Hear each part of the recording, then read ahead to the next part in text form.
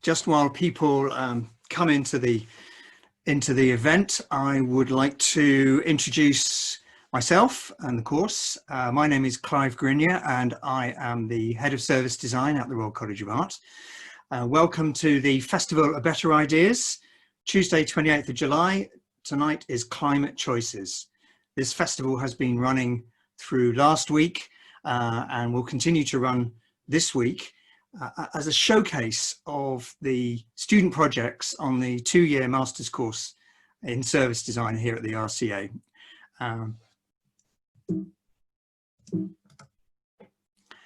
For those of you who don't know about the service design course, this is the 7th year we've had a cohort, so it's still a very new course, and I am a very new head of service design. I arrived in September of last year, taking over from the founder, Nick de Leon. And every year that students have left the service design course, each cohort has gone on to transform the world around them. They go into technology, they go into business, they go into government, local authorities and government departments, and they have impact. They change a little bit the way the world works. And we currently have 140 students taking service design. We are in fact the most popular course, just beating fashion, at the Royal College of Art. It's a two-year master's course, and as I like to describe it, I see ourselves as the antidote to a world full of technology that's pushed upon us, of poor services that are badly designed, poorly orchestrated, and are therefore accidental experiences that can severely damage our trust and expectations in the world around us. This is an optimistic course. It's a creative course. It's taking human-centered design methodology and system thinking and trying to make the world a bit better. This was my first day back in September of last year. Second years and first years mixing together to welcome each other.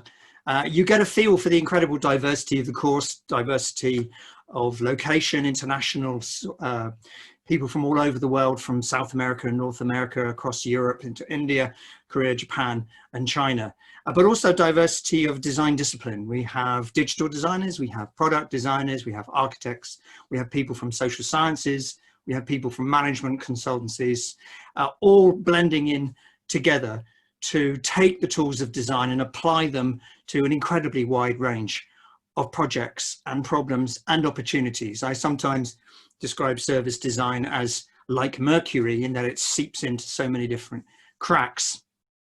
And increasingly we realized that we should probably rename the course soon to be transformational design. We transform the things around us. Well, as you probably have guessed, we now spend most of our events on Zoom, and this was when the students had their final exam day, and sadly they are not having a convocation in the Albert Hall. It would have been round about now, and they are not throwing their mortarboards in the air, sadly, but here we are still celebrating the work that has gone on this year. And of course, this year of all years has been incredible, tumultuous, but this class, who will forever be known as the class of 2020, have responded with incredible resilience and incredible courage. They have mastered the Miro board, the mural whiteboard, the digital post-it, and use social media to research, to reach out to new communities and to prototype their ideas, to validate them and to carry on and take them to even new territories they hadn't even aimed to go at. So in dealing with the current, they also haven't stopped looking at the big issues. We've been looking at technology. We've been looking over the last few months on the biases in AI. We've been looking at the food supply chain and how to create a more equal society.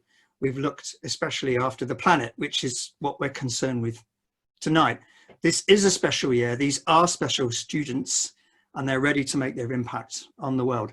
This is also the first year the RCA has had an entirely online virtual degree show, and there is a website, RCA 2020, and you can see the work of 850 students across fashion and fine art, design products, industrial design engineering, automotive design, intelligent mobility, and of course service design. And each student has a tile.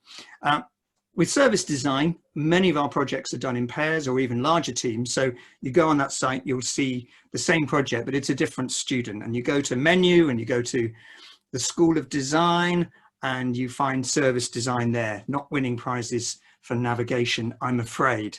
But all these same projects are also highlighted on our own website, which we set up as an archive early before COVID forced us completely online.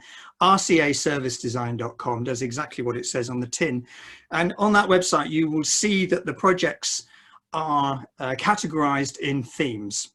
And there are 6 themes, and each of these themes has been the topic, the subject of a showcase. And we're now on the 5th showcase as we go through these. We start, in fact, tomorrow night, we have Human Condition, which is a catch-all for society and culture. A number of absolutely amazing projects.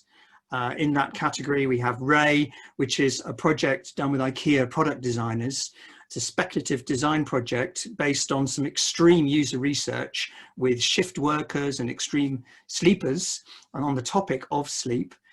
And it has helped IKEA understand that sleep is not just about a bed, a pillow, and some sheets.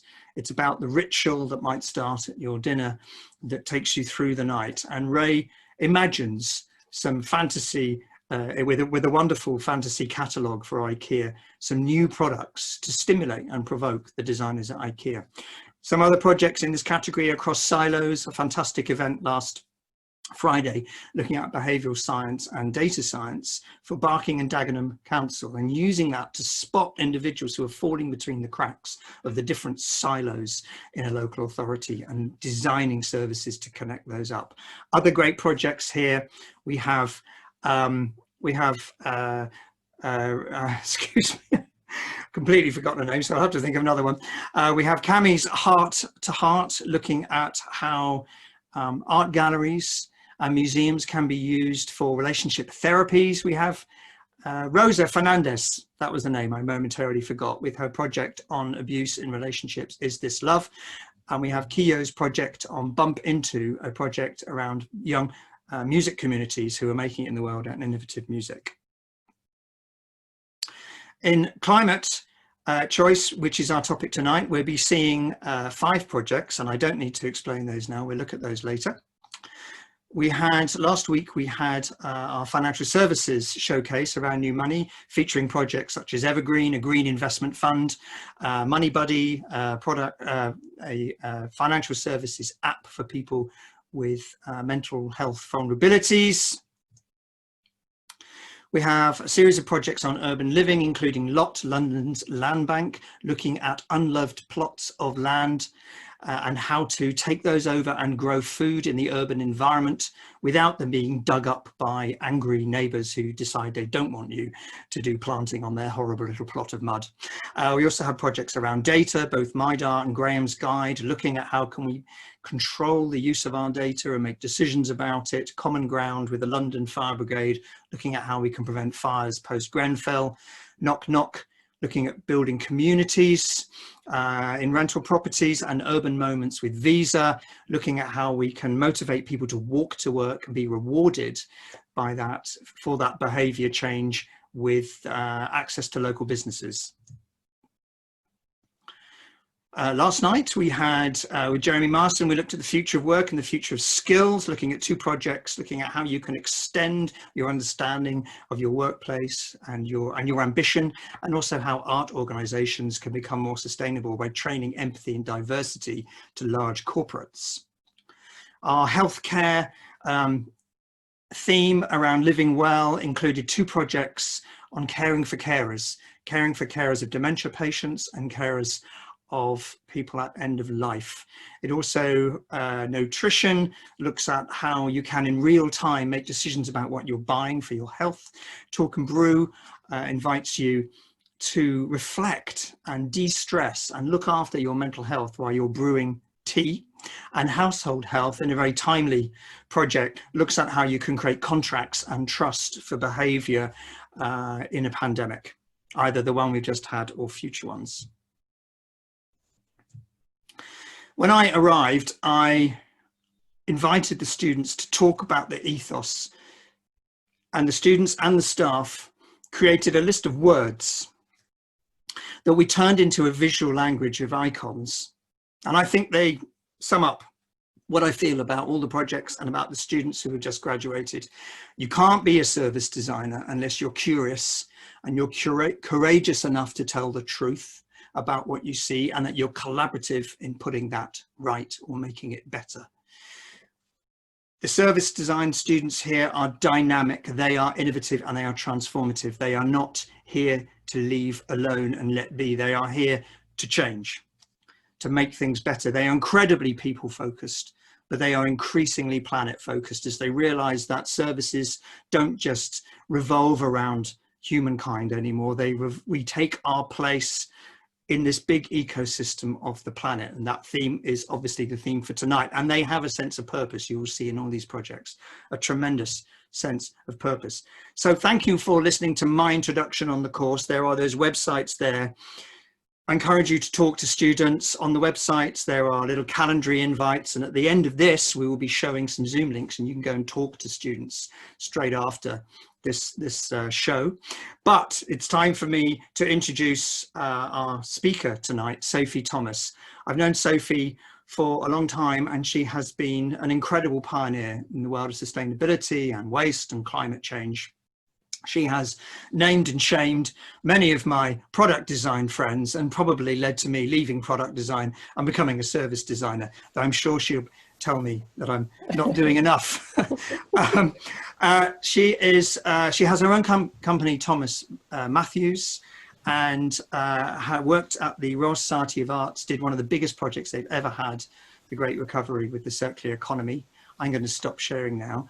She's an advisor to RAP, and is just an incredible pioneer in this field. I'm sorry if I'm making you blush, Sophie, but thank you so much for coming. Oh, no, thank you. It's over to you. Great to be here. It's great to be here. Can you hear me? Yes, good. Yes. I'm going to do that that thing that happens on Zoom when people go, I'm going to share my slides. Can you see it? Can you see it? So I'll tell you how you're doing. Let me see how I'm doing. Yes. See lots of slides. Excellent.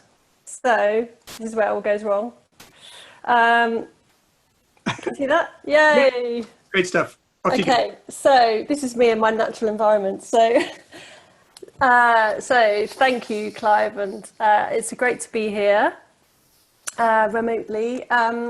As Clive said, I've spent quite a long time working in, waste streams, make streams, stuff streams, information streams, data, all of this kind of stuff. And my training is really, I came from the Royal College in '97 out of communication design, and immediately went into a kind of social aspect of thinking about the political side of the way that design sits within society, and the way that we have to really understand our place and what we do, and the responsibility we have. And set up my business quite quickly with a fellow RCA alumni, Christine Matthews, and then we basically spent, we are still going, I'm still going, Christine's back in America, but like for the last 22 years working with people on behaviour change, and not necessarily with products, but I work a lot with lots of different sides of design, so lots of product designers, but also really understanding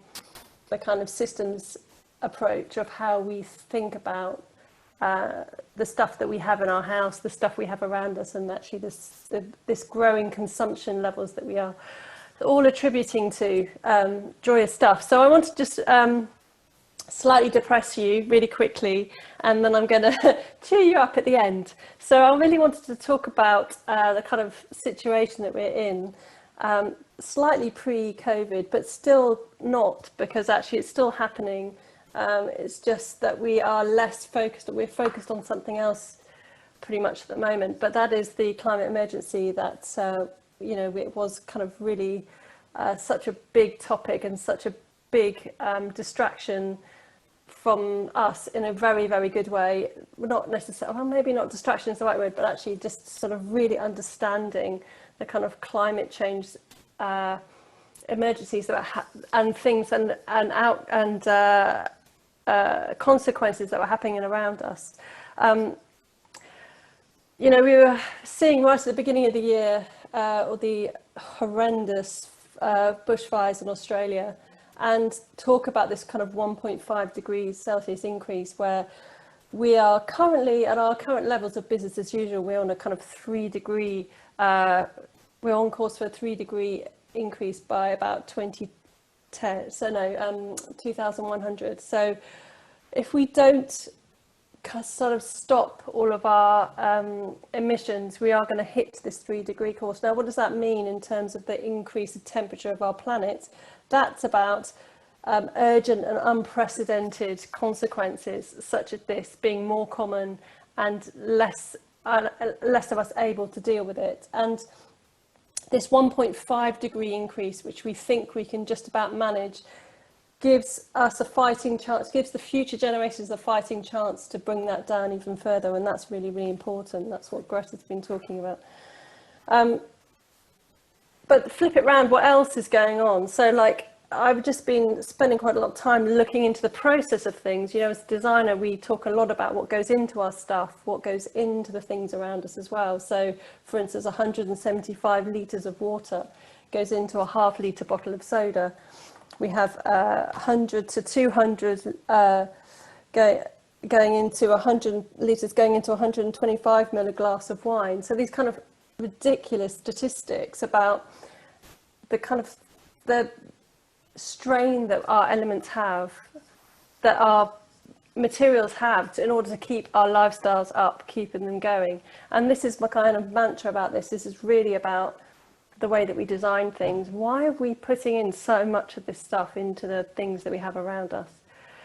We've also heard talk of things like the beginning of the 6th mass extinction, where 50% of the Earth's animals are thought to be lost in the past 50 years, and actually most birds on the planet are now poultry birds. We talk about insects. You know, we have a 40% declining population of insects. A third of the insects are endangered, and the rate of extinction for insects is 8 times faster than any other animal. And we have reports about plastic pollution, which is one area which I work a lot in. And a new report that was done recently was talking about ocean plastic pollution being on track to triple by 2040. So it would go up to 3 trucks a minute by 2040. So this kind of like very fast flow in, huge amounts of materials going in, and very fast flow out.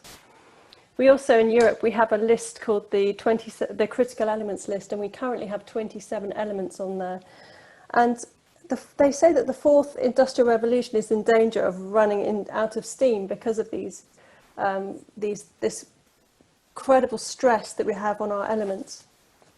And this is about limited amounts on the planet, dispersal and small technology, rapid growth in high-tech applications, damaging to the earth, so it's very hard to get out and very difficult to get out, and the huge amount of waste that goes with trying to mine this stuff out, extracted out, political instability, lack of recycling, and the technical infrastructure behind it.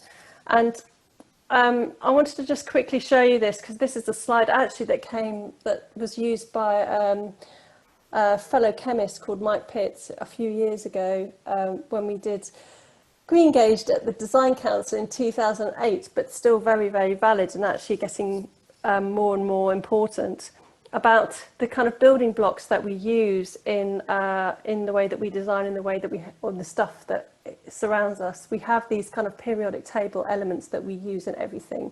And this is showing the endangered elements that are coming up. So the colours are going from green, which is abundant, to a sort of lighter green amber, which is getting increased demand.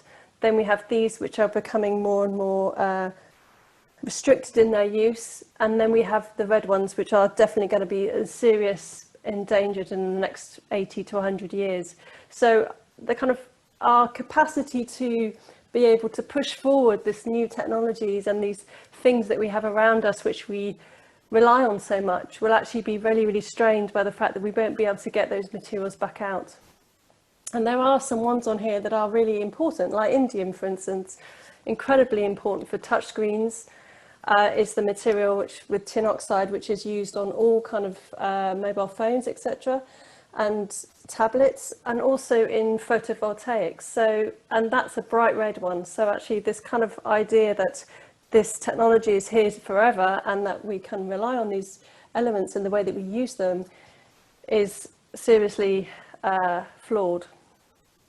And then looking at other things that we see in our everyday life, you know, an average piece of clothing in the UK has about 7 wears in it before we start to think of it as old and throwing it away. And actually a £15 dress, you can get about 6 washes out of it. So this idea that we have 18 collections in a year, we have like 40 odd micro seasons, it's all a crazy situation that we're kind of seeing around us, this kind of the stuff of life. So I always go back to Victor Papanek, who's an amazing writer and was an amazing writer about design, wrote one of the most important books about design, and he comes up with this quote, you know, we're kind of pushed into this system where we spend money we don't have on things we don't need, making impressions that won't last on people we don't care about. And that kind of understanding of that, like how we can break this behaviour change piece. And when a 17-year-old teenager says, you know, stop destabilising a climate, stop destroying my future and start panicking, we all nod. And when she then says to us that I tell you all this stuff, I talk about these statistics, I talk about these figures and these rising temperatures, and I know that you're listening, but are you actually hearing? You're not hearing what I'm saying. And I think this is kind of my call to action about that. We must act. We must change the way that we do things. This is not about sitting back and going, oh yeah, God, it's really bad, isn't it? And I'm just going to stop using loads of plastic bags. This is actually about a fundamental shift in the way that we change everything and the way we think about the way that communities are structured, the way that cities are built, the way that we get from A to B, the way that we eat and not waste food, etc., etc. So it's the whole thing together. So really what I do is spend a lot of time talking to people and observing and listening and trying to unpack what's going on. And it's very different for different people. So behaviour change is very much a kind of anthropological process, and I'm sure a lot of service design work is very similar to that. But you spend a lot of time just trying different things and seeing what works. And in this case, you know, in Latitude, where we were trying to get people to tidy up the tents, dressing up and clowning around in green worked really well for some people. You know, it really got people to engage with it and have a bit of kind of just a bit of fun around it. And in other times it's about Greta telling you to panic. So you've got to understand all the different audiences and the different kind of users and how they react to things, and you can nudge them along, but they may never shift completely to from one extreme to the other. And so it's not really this kind of simple way of understanding sustainability, and it's not a silver bullet, and that's really important. It's a very good example of this is the kind of work that we do around looking about how people throw things away and what kind of signage and indicators people need to understand how to shift their behaviour. So here we are on Latitude, looking at on the festival side of the site and telling them that they had compostable stuff that they had to put with the food waste, but then there was recycling and then there was Dremel. And you can see in these bins, actually, there's the same stuff in each bin. And it just kind of shows you the confusion about what to do with things and that kind of material illiteracy that we have about whether it's paper, whether it's plastic. And actually that's also about design becoming too sophisticated for people to really understand. You know, maybe we're designing plastic to feel like paper, or maybe we're designing an icon that people don't really understand what it is. So it's really key to observe it, not just to sort of assume that you know the answers to all of this stuff. And a really good way of doing that, and this is something that I've done because I became for the work that I did at the RCA with the Great Recovery, is I got chartership, and I became one of the first designers to become a chartered waste manager. And I went and did a day's training on the bins in Chelsea and had a look about how they collected and what kind of waste they were getting in their recycling and whether it was contaminated and how they sort of went through the streets, etc. A real eye-opener about thinking about how people live in their households, how they collect rubbish, but actually then the reality of the situation is quite different, and that's again really important. So again, yes, about, you know, here a very good example of whether you can reuse a tent, a pop-up tent that actually only gives you the instructions of how to unpop it but doesn't tell you how to put it back again, for an example. Now, when we were doing the Great Recovery, we also did a lot of deconstruction of products, and this was us looking at a toothbrush, a humble toothbrush, where, you know, you would imagine that you could put it in the recycling bin if it was one material, but in fact, if you start to take a head apart, you realise that it's got metal pins in it. And so it's the kind of really scrutinising the complexity of whether it's a product or whether it's a system, and really kind of getting to grips with it, and actually asking questions like, why the hell is it like that? Often the answer came back as, well, it's always been like that, or well, such and such did it like that in 10 years and we haven't actually changed it since. So we spend a lot of time sort of tracing back. So that very beginning slide of having me in a kind of pile of waste, that's where we would start a design process and trace back, depending on when we were looking at what material stream we were looking at, and really understanding the kind of the barriers or the kind of the failure points along the way, and really understanding why is it that there, why, you know, why, how can we change that, and how can we shift people's behaviour.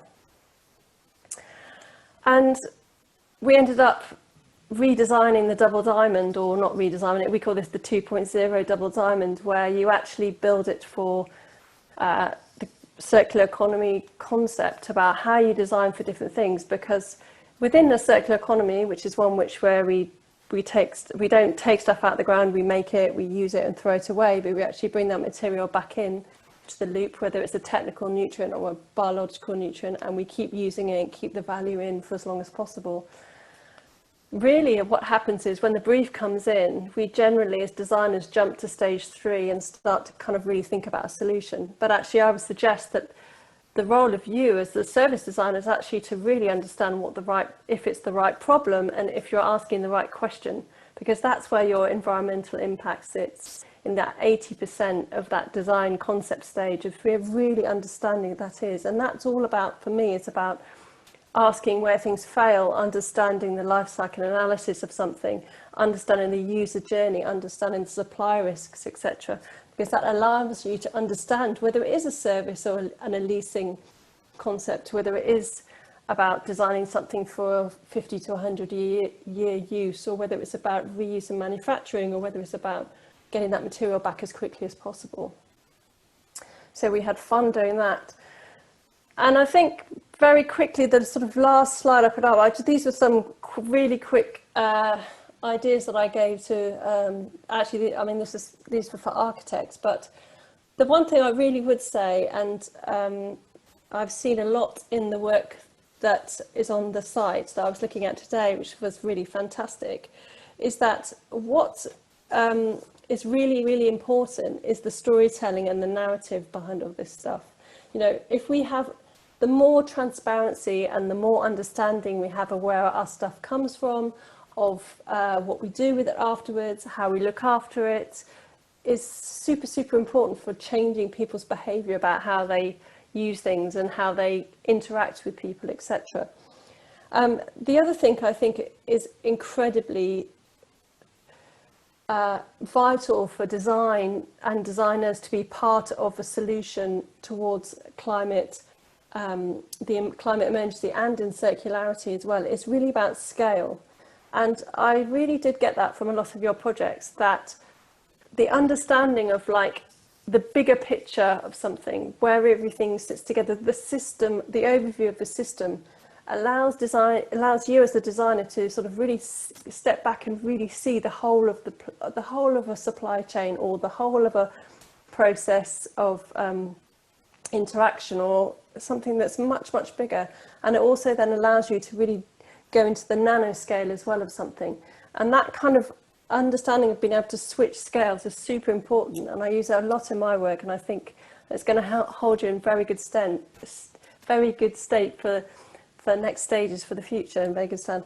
So I think that kind of what we call you know, that descaling, upscaling, downscaling, that understanding of ingenuity and curiosity, as Clive says, that lateral thinking and that kind of be the storyteller and tell the truth is where I would say that your strengths lie. And actually the world is, as we say, the world is your oyster. And the kind of like, don't just act, don't just sit and don't just listen, but act and shift and move and help us move forward in a way that really we get to the place where we are at 1.5 and we can go down.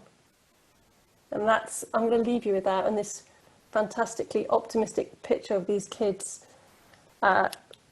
looking for change too. So thank you. That was about 15 minutes, I think.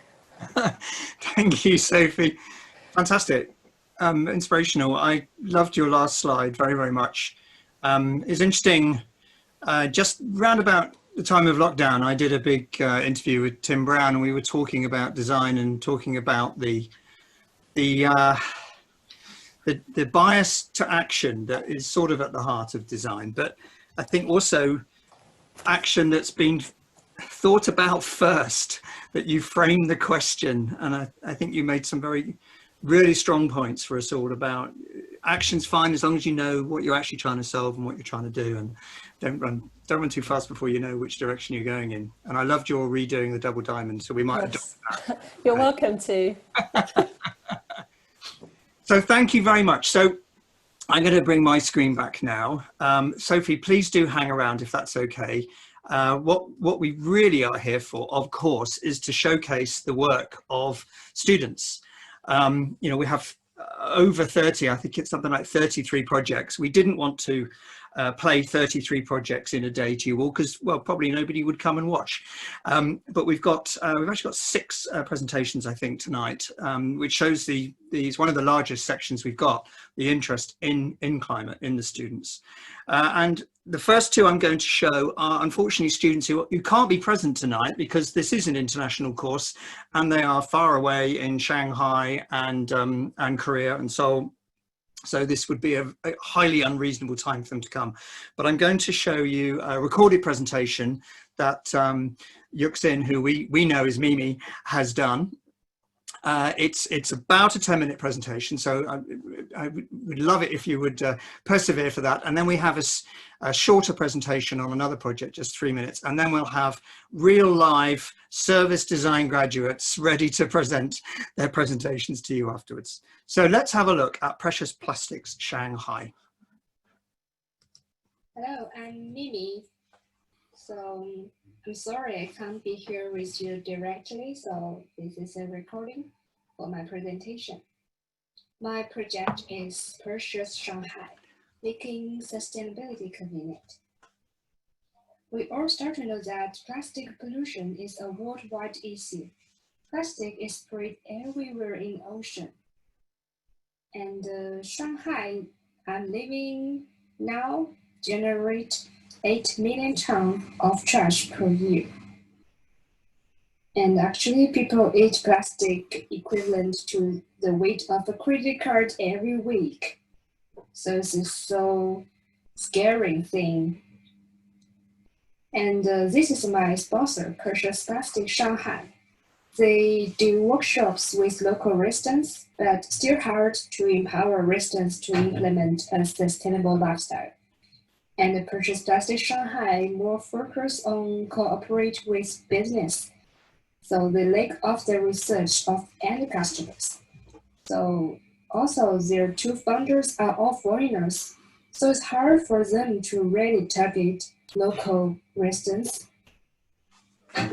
And then during the research process, I interviewed 2 types of people in Shanghai, and I found insights from their daily consuming behaviors.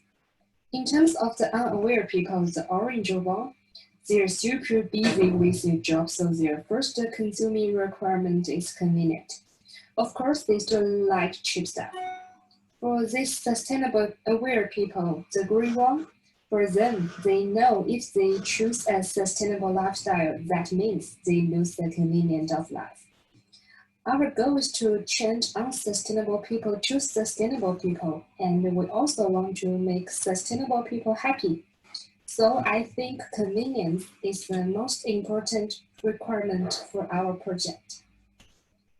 And digging into the people who have a sustainable lifestyle, I found they really rely on some small business around them. They use their own car to grab a coffee and prefer buying ingredients from bookshops and fresh markets. They're used to repair and reuse everything. Besides, they don't mind secondhand stuff. I have practiced their life way, and I found it's not easy to remember to bring the own container before shopping, and also not easy to convince shop owners to use my own container. But it's really could save money because some cafe provide discount for our own mug, and I will repair my broken stuff instead of buying new. And I'm also joined swap event to get free secondhand stuff. So our mission is how might we help customer to switch to sustainable habit, meanwhile saving money. We're supporting local business that propose sustainable option. So for the solution part, we found people are not quite attracted by some topics about sustainability and environment friendly in China. So we want to make the project more interesting and it can make people feel curious and have empathy. So we built a helper, a cat, Mimi, which is allergic to plastic. We give Mimi life and build her personality and hope people could be influenced in a soft way. And by the way, in China, Mimi is a normal cat's name. So the solution is a service system based on the WeChat platform, including Mimi's personal WeChat account and a subscription account as a medium and an interactive map in WeChat mini app. So it's like a bridge connecting local small business and local residents and could make a sustainable life more convenient, providing more choice to have a sustainable lifestyle. So how it works? We think cafe is the first place to promote our project than other small businesses because these cafes have a good discount for sustainability and super related to the local daily life. So firstly, we want to cooperate with some big brand cafes in Shanghai that have the service. We put a stand and a sticker in these cafes, so it's like a hook to catch more followers. Then we let them see more content online to build the trust of our story and interactions. And later we can try other shops. Also, some people could find us from social media and WeChat. So we also could lead them to discover our touchpoints on offline.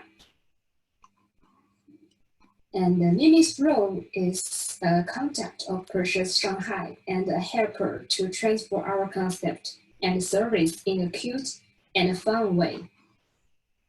If people add Mimi's WeChat, they can have a chat. Mimi could classify different followers into different types, and later Mimi could use a different way to talk with them. Also, it will help us to build our database of local customers. We may also promote our mini app and article to followers. The mini app is an interactive map collecting the shops could provide a sustainable service around the users.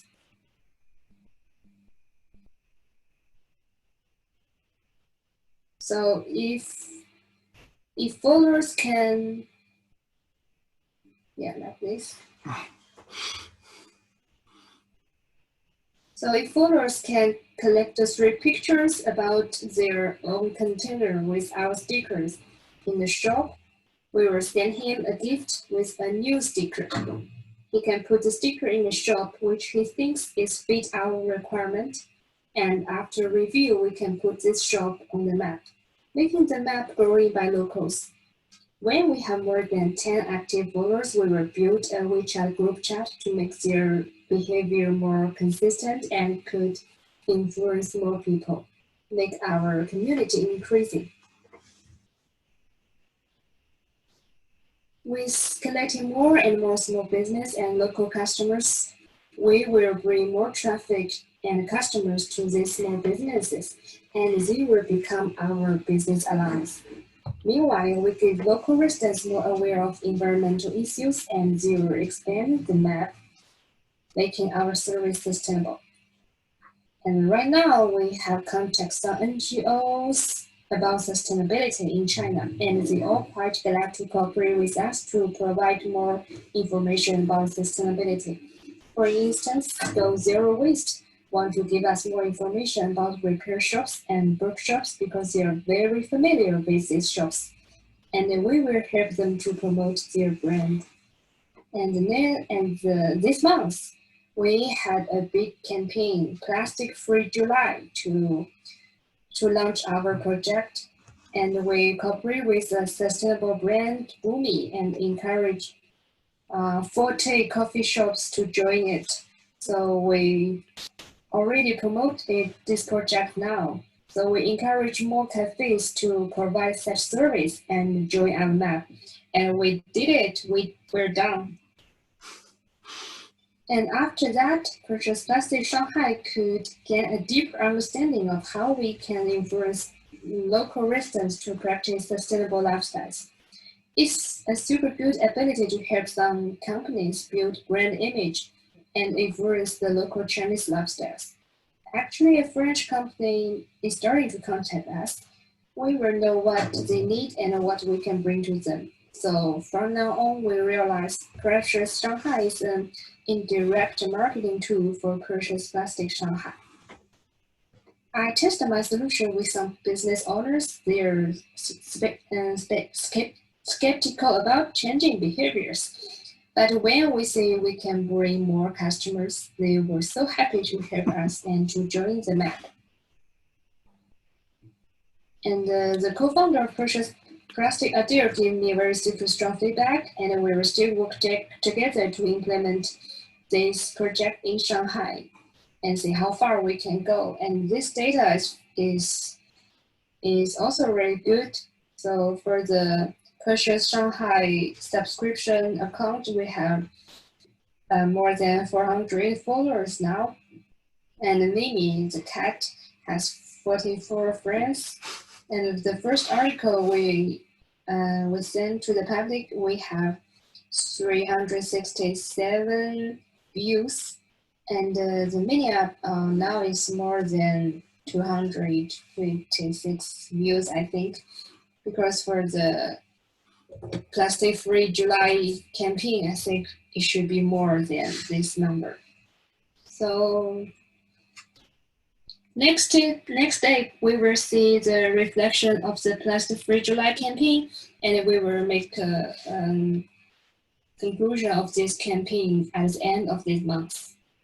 So keep going with this project. So I will make you know more about it in the future. If you have more interested with my project, you could contact me. Thank you. Well, fantastic presentation. I hope you enjoyed that very much. I loved Mimi and her cat, Mimi, a cat from the 90s. I thought that was a particularly interesting touch. So that, by the way, represents the kind of presentation we encourage the students have to do at the end of their projects. They can spend months, they spend a whole term, and we boil that down to a 10-minute presentation, and that's the kind of presentation they would take at their final exam. So I hope that gives you a good flavor. Also, the grounding, we do try and ground our projects. I think Mimi was a great example of that. It's sort of bottom up. So, you know, the numbers might not be in their millions, but these are people who are changing their behavior slowly and surely. So anyway, another project, unfortunately, from people who are long here, a shorter video on this one, is a project called Suplin, which is by Ming Yangxin and Hangzhou, and it's about the supply chain in the fashion industry. We're going to see another live presentation from Christina very shortly about sustainability in fashion. But this project takes a particular angle, and they created the How Might We statement of how might we guarantee the sustainability and transparency of the garment production industry with a lower cost burden and provoke the fashion industry to be environmentally conscious. So here's a very short video from from the two girls who unfortunately can't be here. Sua is the director of a sustainable fashion brand, Casualism. One day, she receives an email introducing a digital platform called Supplin. She finds out she can search for manufacturers who have been guaranteed by other fashion brands. She is delighted to have the option to easily find trustful partners. Sua finds a checklist that Supplin provides, including certifications, goal and value, and evidence checklist. As Sua uses Supplin, she sees that she can get useful tips from manufacturers and other sustainable fashion brands. So she updates her supply chain information, ranging from where she's sourced raw materials, such as organic fabric, to how products are packaged. She hopes this will help other sustainable brands search for reliable supply chain sources. Now Sua's business's supply chain is shown on the website, thus gaining customer trust. She knows that this feat would have been impossible to achieve by herself. Thanks to Morgan, Sua is able to uphold her sustainability standards during the entire process. Several months later, Sua and Morgan are not just partners, but are on the same boat towards one goal, to create a sustainable fashion industry. Sua and Morgan decide to join the Supplin Challenge on Instagram to encourage the strong and fair relationship between producers in the sustainable fashion industry. Sua uploads a picture of a fist bump with Morgan on Instagram and uses #Supplin, #challenge. Here is June. June is the CEO of a startup fashion brand. He has been studying to launch an online commerce platform selling organic cotton shirts. To get involved in the social networking aspect of the industry, June follows Sua's fashion brand on Instagram. He sees Sua's post regarding the Supplin Challenge and becomes curious about Supplin. June starts to explore Supplin's website. He accesses information on market news and searches for reliable supply chain information, supplemented by recommendations from other brands. As he is reading through articles, he learns that the sustainable fabric he's been using to produce his t-shirts is not environment friendly. He realizes that he has been unintentionally providing his customers with misguided information, leading to deceptive marketing. June quickly deletes the supply chain information from his brand's website and decides to start from the beginning. Taking Supplin's goals as a standard, June starts to rebuild the steps towards sustainability. Meet Jessie. Jessie is working day and night to make up for the sales loss due to an incident involving the product that has been copied. After quick trend research, Jessie becomes interested in the newly developed zero-waste technology and plans to launch a zero-waste knit line. Jessie receives information about cold dyeing from June's supply chain. She also wants to know how to sew with minimal leftover fabrics. Using Supplin's consulting service, she arranges a meeting with Supplin's in-house consultant and fabric researcher. Thanks to the fashion brands and experts she's met through Supplin, Jessie successfully launches the Zero Waste Knit Collection. With Supplin, you can seek sustainability together as a community and guarantee more sustainable choices for your customers. Visit Supplin.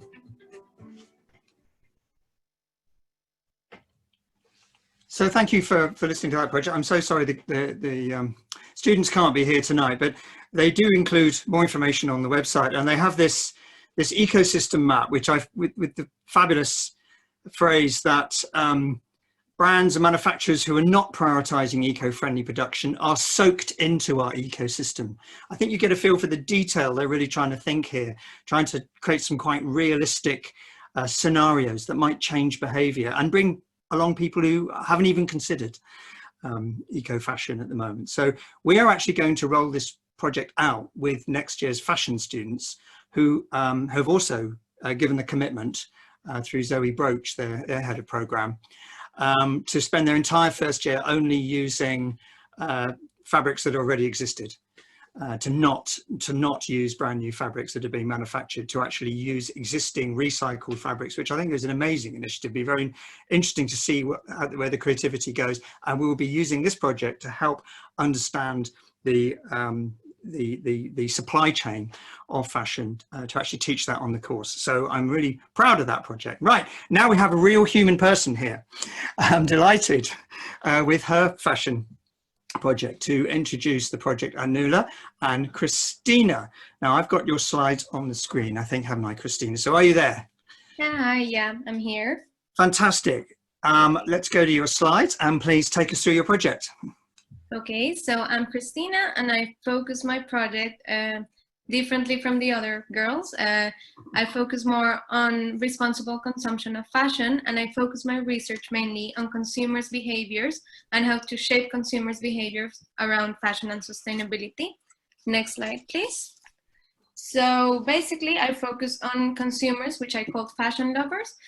These are consumers that they don't only dress up, but they eventually care about how they look, they follow trends, they like to update their wardrobe oftenly, and they are triggered by sales, by fast fashion, by trends. So they actually consume a lot and buy a lot of garments. And I'm going to go really quickly through the 5 main insights of this consumer research, which are desired trends and convenience interposes with being a responsible consumer and increases spending. And there is a preconception between status and consumption. Also, people get attached to certain garments, but the ones with low value in real terms and quality also have no emotional value. So this generates no incentive to recycle or pass them down to someone. And this, we can see it because there's a lot of really cheap clothes and fast fashion going and happening right now. Also, fashion is not urgent. It's not an urgent need, but for many people it's their creative outlet, their career, and their hobby. So this leads into underestimating the negative impact of the industry, and it can be used as an excuse not to change behaviors. Next slide, please. People are more likely to change their consumption habits with specific life events and stages, and some of these are a starting point into becoming more sustainable or not. I like this insight because it's kind of an inspiration towards my work, and it's how people actually evolve and how consumer behavior is changed and triggered by your life stages, which they are not separated with your behavior, basically. And the final insight is the secondhand market came a lot during my research, and it's really important because it's a market that it's growing and it has a huge opportunity, but it's also a very important solution if we talk about fashion sustainability. But the problem is fashion hand garments are perceived as not having good quality, but sometimes they do have better quality than the ones that are actually being produced right now. And it's very hard to change the perception that new is better. So this is a very strong thing in most consumers' mind. Next slide, please. So although there is an awareness and concern from people about the social and environmental responsibility, this is not the main trigger for buying behaviors. So what's really stopping people from being more responsible is the very nature of consumption, which is hard to change, especially when it comes to something like fashion, that it's a world of trends and desire. Then there's a lot of green information, green marketing, and it's overwhelming for people. It's difficult for consumers to engage and make into sustainable practices and make choices. And finally, there's still a bit of stubbornness because people don't think they are the cause of the problem, and not seeing immediate results make people believe that individual actions don't have a great impact. Next slide, please. And of course, I couldn't leave the industry aside. One of the biggest problems in the fashion industry is the amount of waste of finished goods. And many companies have just responded by creating more products that we can buy, and they call them sustainable fashion, but they still have an environmental and social footprint. Next slide, please. So there is actually a disconnection between responsible consumption and disposal. Consumers also, they donate their clothes and associate this to being responsible because they think it's given away to people or that it's going to have a second use, but most of it end up in landfill. And this means they are just giving away the problem to buy more and actually making the fashion industry produce more. And I find this statistic that says that 95% of textiles can be recycled, but they actually don't make it to this point yet because of the wrong disposal. Next slide, please. So this is why Anulu was created, and I visualize this service 5 years from now because it is very challenging. There has to be a lot of policy changes and actually a huge change in the industry mindset, but this is how it would work. Next slide, please. The fashion industry has always been a large source of culture and income. However, it contributed strongly to two of the world's biggest issues: climate change and labor exploitation. In the year 2020, this industry became the second largest polluter in the world due to its long supply chain, energy-intensive production, and use of non-renewable resources. New collections were created regularly and clothes were to be used just for the season, leading the industry to make low-quality garments that ended up in landfill or incinerated. Unfortunately, its negative impact was proportional to its growth. If things continued down this path, by 2050, more than 25% of the global carbon budget would have gone to this one industry. The fashion industry was on high alert. It was the time to take a step back and reimagine the future of fashion. One day in 2021, Sophia and her mum went window shopping. A new collection displayed at her favorite store caught their attention. Sophia found a beautiful skirt, apparently the only one left. Her mum encouraged her to try it on as it resembled one she had in the 80s. It was totally her style and it fitted perfectly. They decided to buy it and Sophia felt very happy. She loved finding special things without looking for them. At home, she realized the skirt was not really new. It was part of the collection product of a collaboration between the brand and a local vintage store. She was surprised and decided to see what it was about. Analu was a new service uniting high street brands and local garment collectors to create curated and trendy pre-owned lines for fashion lovers like her. With the help of stylists and designers, exclusive collections could be put together and sold in specific stores presenting unique pieces. The ultimate goal was making the fashion system more circular. On the website, she found tips for taking care of her clothes so that they could last longer or their fibers could even be recycled. Sophia understood she played an important role, and it was the step she needed to become more conscious about her buying and using habits. At her next event, she wore the skirt and her friends loved it. When they asked her where she bought it, she felt satisfaction knowing no one else would find the same one. She was reconsidering the way she thought about trends and her personal style. She shared this with her friends and encouraged them to check out Analu. Sophia decided to donate to the platform, getting a voucher to spend on any Analu collection. She was looking forward to find another gem like the skirt. Today, in 2025, new rules are set for the fashion industry. Reusing is the only way to stop exploiting resources and to reduce waste. That's why, depending on the size of the company, a percentage of their inventory has to be made out of pre-owned garments or using recycled materials. New things are still great, and we know it, but we need them to be fair traded, slow produced, and have the sufficient quality to keep them in the loop for as long as we can to guarantee both environmental and social sustainability.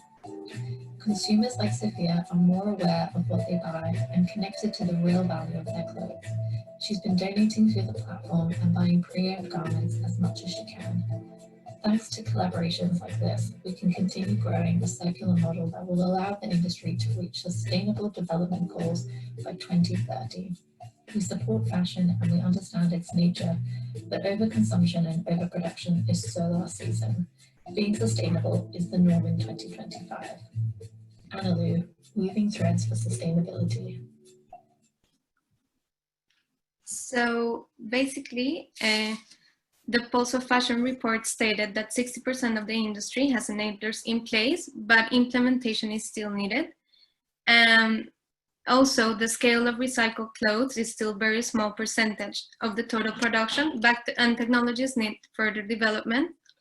The industry is a complex system of systems that needs collective effort to solve its impacts, and that's why Analu connects all the players and consumers to tap into existing resources.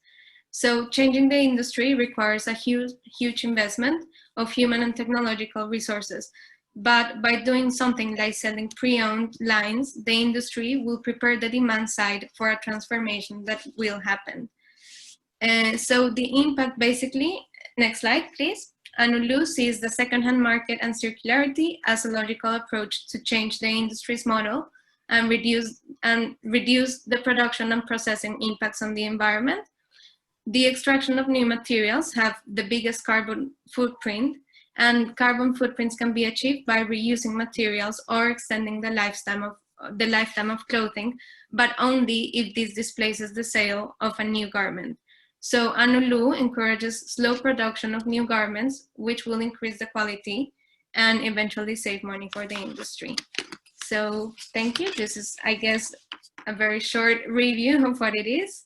Hope you like it and enjoy. Thanks, Christina. Thank you very much. Thanks for taking us through your project.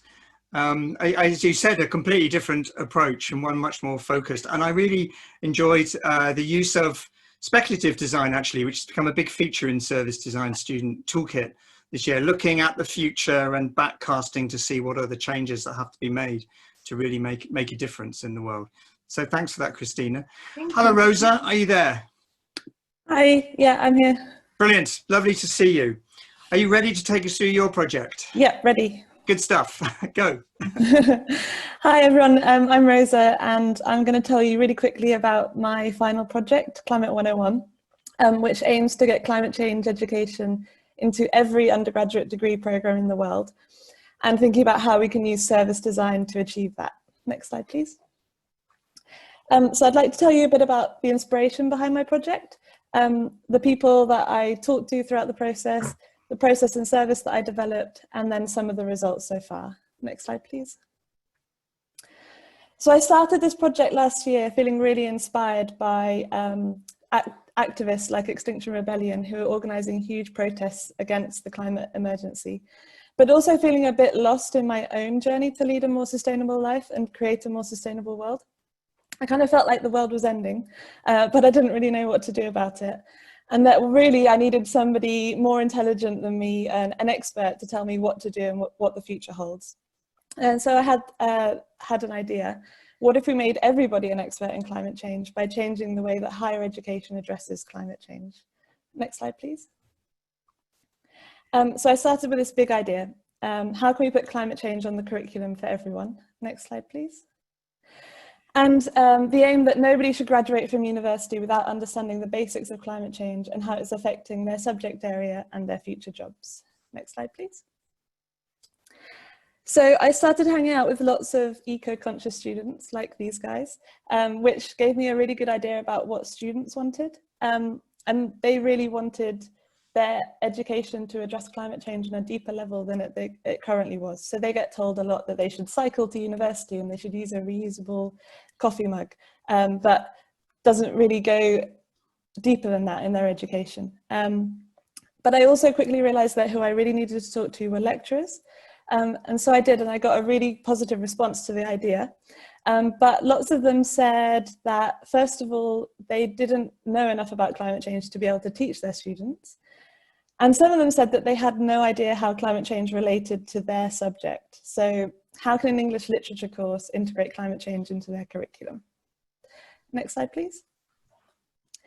And so I created Climate 101, and I got started creating a process to help lecturers to embed climate change into their courses.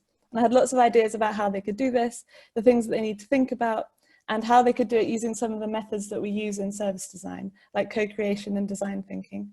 And I created a series of 5 workshops to help institutions embed climate change into their curriculum. Next slide, please.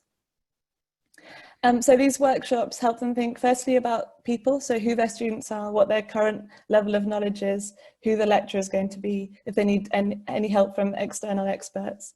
The resources that already exist, so examples of existing modules, reading lists, books and articles. How to think about the learning outcomes and the delivery method. So for certain subjects, it could be interesting to think about running a research-based module or running an interdisciplinary module. And finally, the assessment method.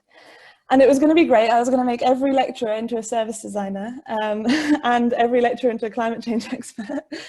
Next slide, please. But then the pandemic started and the sector is in a bit of a crisis. So suddenly all of the people that I'd been talking to had really much more important and critical meetings to go to than talking to me. But I do think that overall this had a positive impact on my project. Next slide, please. So I realized that I needed to make my service really flexible so I could help different institutions who are kind of at different stages. And I also thought that I could leverage the network of people that I had started to build up in a much more informal way. and that I needed to have a really low barrier to entry, so something simple and easy that anybody could do. Next slide, please. So to make it more flexible, I started thinking about all the different ways it could work. So you could run a university-wide lecture series, you could use existing online courses, and I started to bring all these different possible approaches into my process.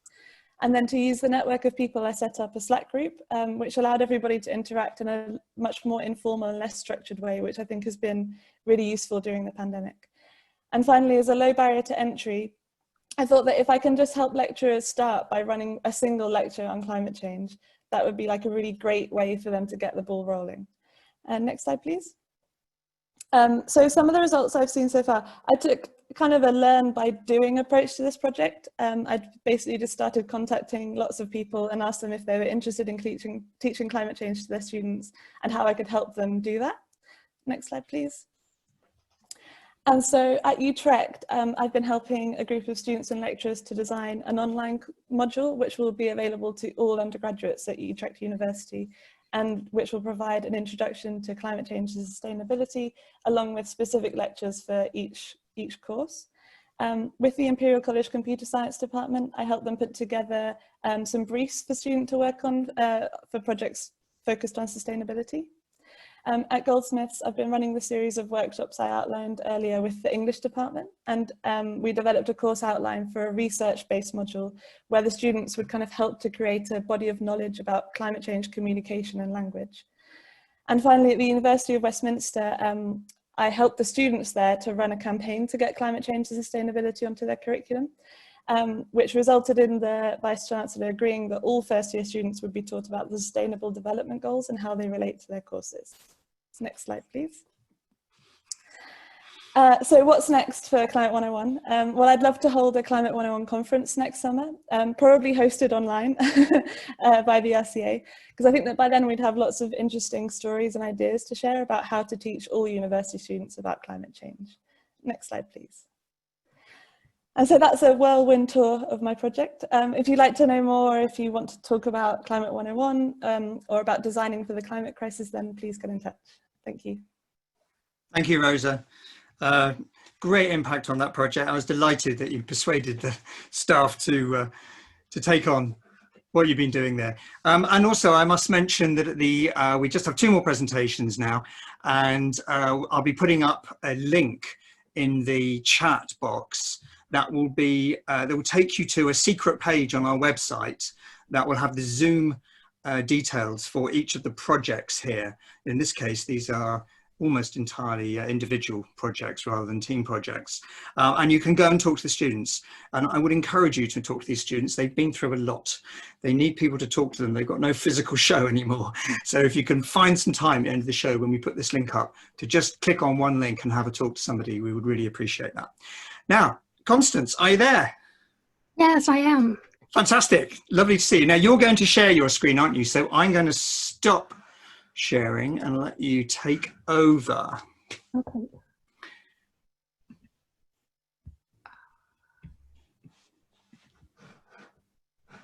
Great, I can see it. Okay. You go to play. Brilliant, you're off. Thank you. Hello, everyone. I'm Constance, and thank you for joining us this evening. My project is about biodiversity, bird conservation in the city in particular. When I was a child, my father always took me to hike in the mountains every weekend. This is the outlook on the top of Mount Parker, our favorite walking trail in Hong Kong Island. It's just a 15-minute walk from home. Until now, I can still remember the air in the mountains, the smell of the trees, and the bird songs. I guess that's where I started to build up my connection with the natural world. Nature is just fascinating. Sadly, the natural world is in trouble. Globally, 60% of wildlife has disappeared since the 1970s. The UK is one of the most nature-depleted countries in the world. Biodiversity is important to us. All species, including humans, depend on each other to survive. Apart from fungi, insects, and mammals, almost half of the birds are at risk of extinction in the UK. According to the research, human activities are the main driver of the decline. It also accelerates the impact on climate, which makes the situation even worse. To dive in the world of birds, I got my first binoculars and became a birder. Before the lockdown, I went to talks and bird watching events. I had the chance to speak to birders, to listen to their stories and find out what about birds that fascinated them the most, and if they recognized the decline of birds' population. From my observation and conversations with birders, I found that bird watching seems like an elderly activity. The events I have attended so far, the majority of the participants were in their 50s or above. The connections with birds have been mostly deeply formed when they were little. An experience in childhood or a delightful moment with birds in the past motivates them to carry on bird watching. There's a social element in the bird watching event. Some birders are influenced by friends, some needs a hobby for well-being. Parks in the cities cater mainly for human activities. The habitat doesn't attract birds to land and breed. During the lockdown, I sent out 2 separate surveys to birders and my neighbors. From the survey for birders, I found bird watching helped people to be more aware of their actions to the environment and become more eco-friendly. I found that birders see birds as an old friend. Juliet said, "The blackbird who comes every spring sings his heart out." Bird watching can be the gateway of appreciating wider ecosystems. It brings excitement and sparks curiosity to keep learning. My neighbor suggests that I should keep things local. Taking time to stop and hear is just as important. People also have the desire to help in their local communities. I also researched on existing birds-related activities, services, and offerings. They tend to be one-off activities and usually in paper forms. They are more adult-oriented and too wordy for children to engage. To conclude, the design directions of my service are to make bird watching cool again, designed for children and families to engage in bird watching and appreciate wider ecosystem at their doorstep. Keep children engaged to explore the world of birds with a mix of interesting and continuous activities. Empower individuals and establish a local network to conserve local habitats through bird watching. Building local wildlife database and communities for future green initiatives. How might we help children and families to appreciate the beauty of nature in neighborhoods and connect with like-minded locals for future local green initiatives through a series of continuous bird-related and engaging activities? I'm grateful for the 5 families who have spent their precious time to validate my idea. So here, let me introduce Birdie to you.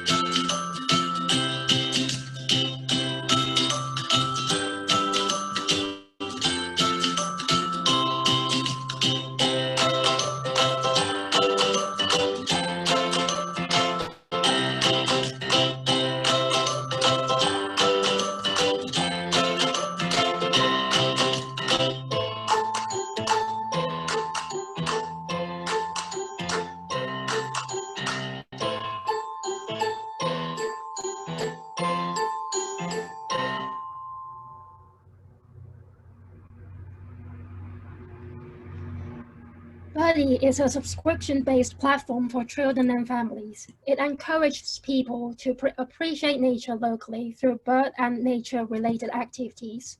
As part of the subscription service, the family will receive a Birdie box through the mail on a monthly basis.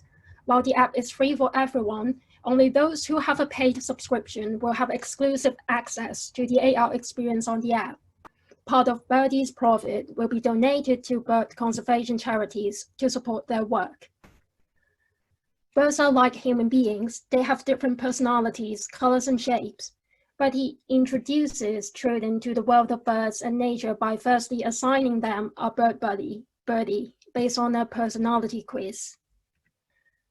Children will then learn about birds and nature through a variety of experience-based activities that are tailored towards their personalities.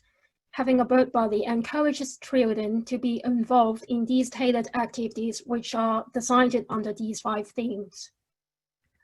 Activities including planting seasonal wildflowers with biodegradable packaging, learning birds attribute with birdie model and the AR functions on the app. Children can learn more about the birdie through stories. There are also coloring pages and opportunities to join online competitions to collect badges to encourage children to continue learning. The booklet also includes icons to enable other outdoor AR experiences. There is also a nature journal for children to draw and make notes. For the app, there are other functions like walking prompts, nature's hotspot mapping, and engaging outdoor activities for children. And here are a few more features on the app. Birdie doesn't stop at just raising people's awareness to care more about nature in the neighborhood, but it wants to create local green communities to get people involved in collaborative mapping, scientific recording, and establishing database for future local green initiatives in order to reduce biodiversity loss. Based on the theory of change, it helps to break down into more actionable tasks for individuals to achieve. Stakeholders would benefit from services by Birdie in different scales, from individual to nationwide. In the long term, Birdie aims to grow in scales and offer a wider range of learning services to users. I believe if we act together to conserve local green spaces, we can create a neighborhood where both people and wildlife can thrive. Thank you. Thank you, Constance, for your birdie buddies. Thank you. It was a lovely project, one of my favorites. Thank you. Right. Okay, we have one more project here to show, and then hopefully we'll have people around still to ask some questions of Sophie. It'd be great to hear what Sophie thinks of the projects. So Rotong, hi, how are you? Are you there? Hi, yeah, I'm here. Good stuff. Let me share my screen. Right. And we'll share your project. Thank you. Great. Off you go. Cool. Hi guys, I'm Rotong, and the project I'm going to talk about is my web show project Orbit, which I worked with Constance and Rosa. Next slide, please. We start from the our brief, which by Planethon, which is a Sweden startup company, interested in how we can make business model more sustainable. So we started by choosing an industry to focus on, which we picked food system because the industry has a huge impact on the planet. Also, we choose upstream part of the food chain because 1/3 of the food waste happening during the production and the processing stage. So, but there are really limited organizations focused on it. Next slide, please. We carried on lots of research, desk research, and also a field research, including interviews, prototype testings. Next slide, please.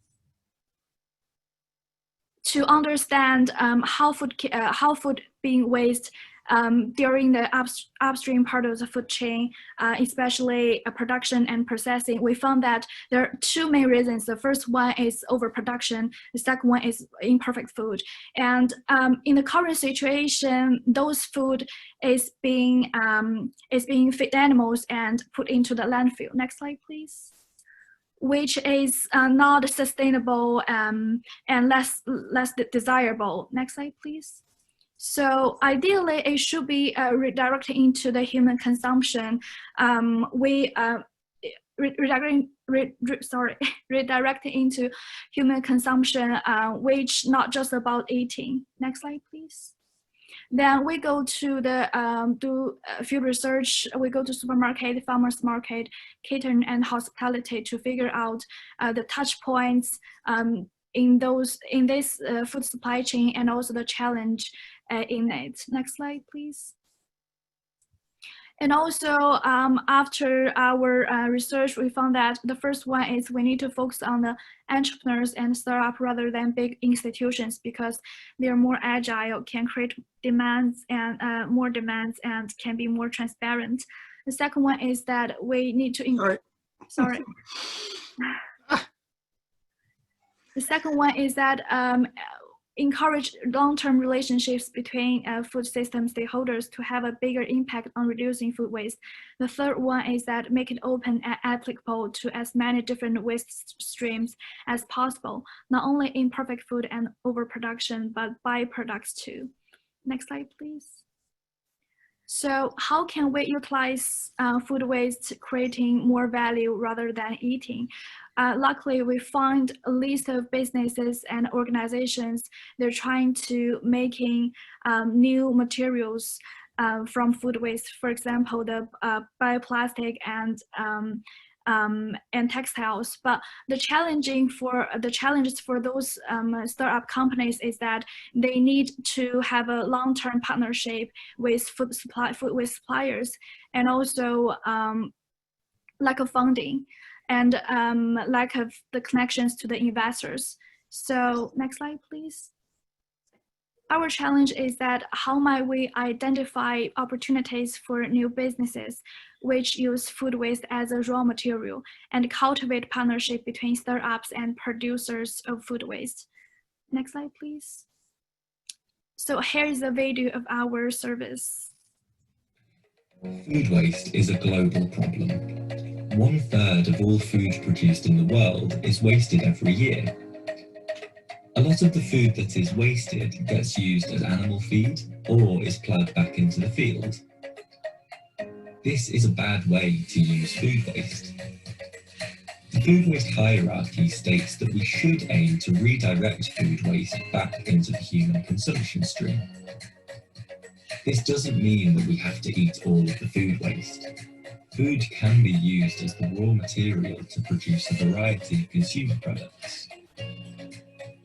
For example, potatoes can be used to make jumpers, sunglasses, and coffee cups. Orbit's goal is to help people who have innovative ideas about using food waste. Orbit brings together food waste statistics, the latest food waste research and technology, consumer market data, and investors to identify the biggest food waste hotspots and opportunities for potential entrepreneurs. We publish the opportunities we've identified on our website as an open call for people who want to set up new businesses. This is Jackie, a budding entrepreneur who loves oranges and hates waste. Jackie has seen an interesting opportunity on Orbit's website. Orbit is looking for people who want to start businesses that convert citrus fruit peels into fibre, which can be used to make textiles. Jackie submits her proposal to create a line of handbags from orange peel textiles. A few days later, Jackie receives an invitation to an Orbit event. She's been selected to pitch her idea to some investors. At the event, Jackie meets investors, scientists, and other entrepreneurs. She pitches her idea and does some networking. Jackie's idea caught the eye of one of the investors, Olivia, who's interested in fashion. After the event, Olivia gets an email asking her which of the entrepreneurs she would be interested in meeting. Olivia picks Jackie.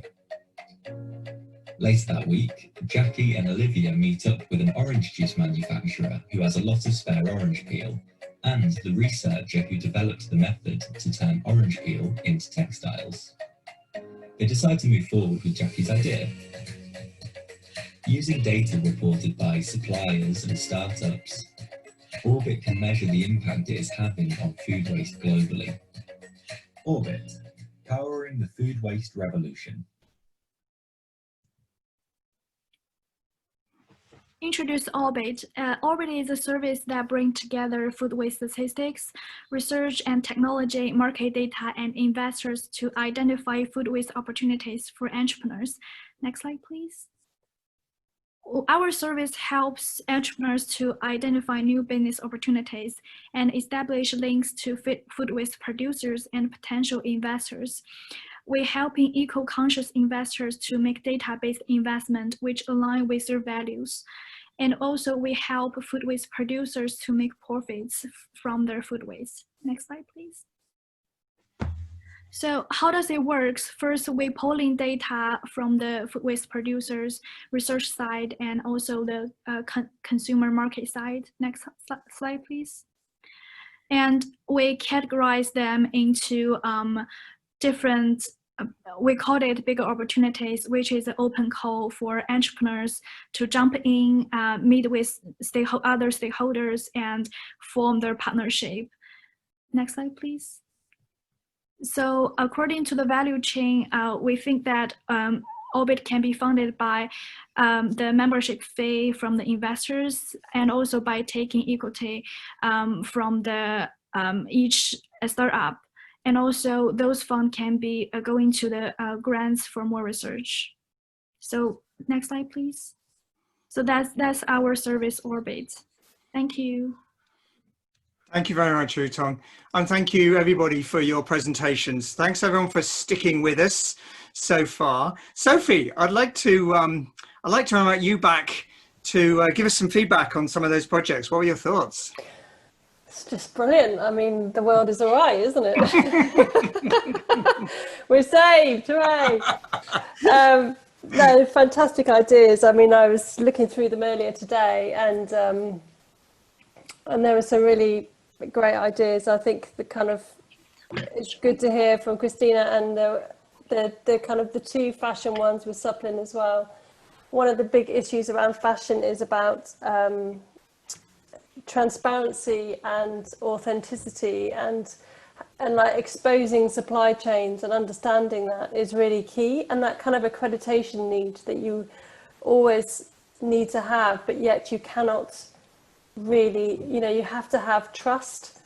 So I think this kind of social, not policing, but social accreditation is a really interesting idea, and through kind of different groups of organizations and companies, that you're building that up, because actually that does happen. You'll find that all the Nikes and the Adidas, they all go to the same shoemakers and they all make sure that they have really, they work with people who have good sustainability credentials, and yet if you're a small entrepreneur trying to set up a new ethical shoe company, you just have to sort of understand who does what. So actually bringing that knowledge and sort of sharing it in a good way. You're not sharing IP, it's the kind of, it's the kind of backstory that's really important to shift, as well as like changing the behavior of how we shop, because obviously that's a massive thing as well with Anula. I think also, I mean, with Orbits, it was really great to hear more about it, and it's very interesting to sort of think about food waste not from a consumer perspective as well, because it's a good question, and there's some challenges in that. I think it's a really good, it's a very exciting model, and challenges like, the kind of the window of opportunity that you have, like, for instance, I get an odd box. I don't know if anyone knows about odd box, which is a kind of veg and fruit box service, which just gives you whatever is being chucked away. So they capture it just before, if it's odd shaped or too small or whatever. But there was a big thing about Wimbledon strawberries. So because they'd grown all these strawberries for Wimbledon, and there was like basically 2 million strawberries not being used, and so there was this massive glut of strawberries. So actually we all got loads of strawberries in the box, because they're the kind of the in-between people, the shakers and the movers who kind of make the connection. And I think there's something really interesting about seeing sort of redefining what the word waste is in that sort of pre-consumer space, because it's not, it's still a material, or it could be a material, or it could be a feedstock, or it could be, you know, something that's a food waste product that goes into feedstock that makes bioplastic. You know, it's actually sort of redefining the whole concept of how we think about materials. And I mean, bird is just a great thing, isn't it? I mean, I just think, I mean, my kids are too old now, but actually they'd probably love it, because I think the idea of like creating, you know, in lockdown, we all kind of really understood, well, you could hear birds for starters. And, you know, I've just taken great pleasure about watching all the bird action outside, and just, you know, reconnecting with nature, I think is such a fundamental, important thing about all of this kind of climate change, the opportunities around, you know, like how we think about, yes, isn't it? Aren't you a twitcher if you're a birder, or are you I don't know. I quite like birder as a phrase, a birder.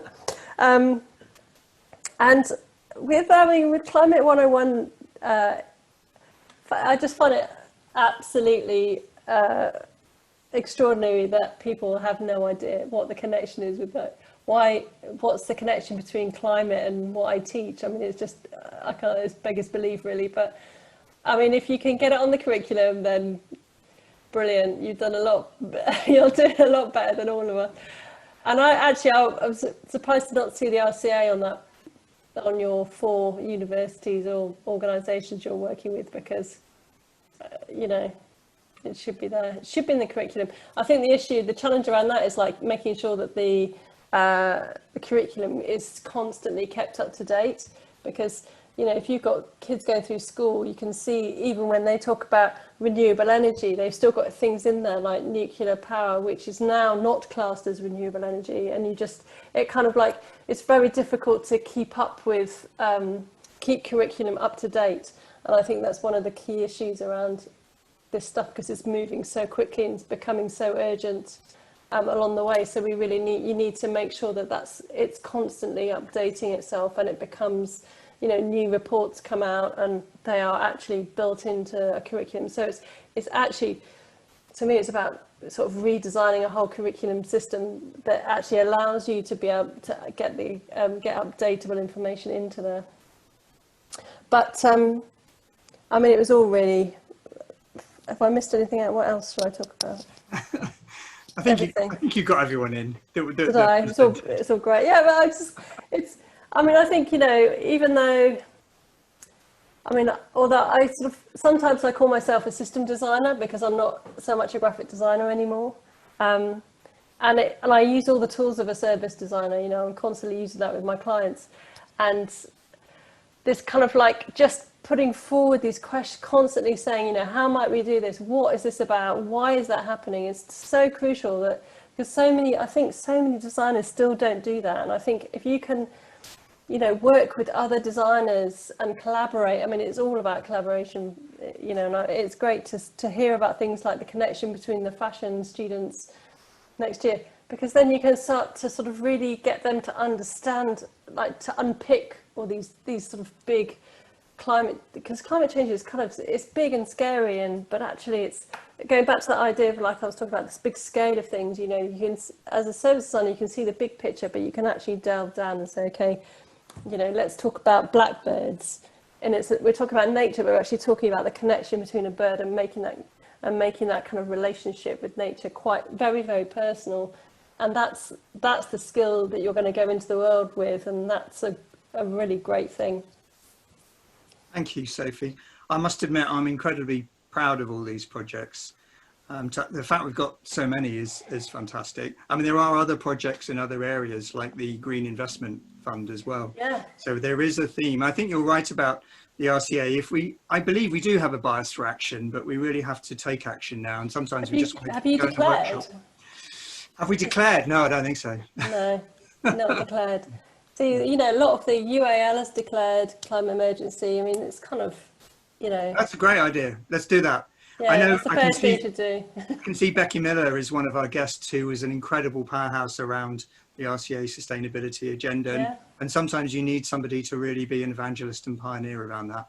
But I am super proud of these projects. I love the empathy of them all and the way they get down into the detail of emotional triggers as well. Yeah. Even if it's shaming a manufacturer, I think you've done incredibly well on every one of these projects. And you know, I hope they all happen. I really do agree with you, Sophie. It would be great if they did. We've got some lovely comments in the chats. We've been going on for an hour and a half here. Frankly, I'm exhausted. I've been doing this for 2 weeks. So, and I know that Sophie's been judging the Dyson Design Awards all day, Environmental Design Awards. I'm very happy if anyone's got any quick questions before we finish. Richard said he'll definitely use birds, so thank you, Richard. And also comments that the projects are brave, courageous, and he'd use them all. So I entirely agree with you. What I would like to do, if there aren't any more questions, you will see there, just on the chat, third one up, I put this link to Zoom rooms. If you could spend 5 minutes picking one of these students and just going and saying hello to them, it would mean the world to us. Do we have to do that now? Yeah, No, yeah. okay. You leave, what happens is you leave this meeting. If you click on that link, then you'll have it on your browser forever. And click on a Zoom, a project you like, and pop in and see the students for that, and do 2 or 3 if you can do that, and you can hang on half an hour before your dinner. We would be delighted, and I feel that this class of 22 have been through a lot, and if we can at least give them some attention at this moment, that their careers become something, that they leave this well, I like to think fantastic environment of the RCA service design course, but now they're going to go out there and they're really going to make change happen. And if we can do anything to encourage them on their way, I would be tremendously grateful for it. I'm going to share my screen one last time. Here we go. Just to wind up, really. This is actually my last session. But there is another session tomorrow. But on Thursday, I come back and I'm in conversation with Andrew Cooper. Some of you might know as Andrew Siodmok, the founder of the Policy Lab. And it's the grand finale of this 2-week Festival of Better Ideas. And yes, it was quite audacious of us to call it a Festival of Better Ideas. But if we don't have better ideas, then what are we doing here? Tomorrow night, hooray, it's come up. We have our final showcase session of student projects, and it's around human conditions, society and culture.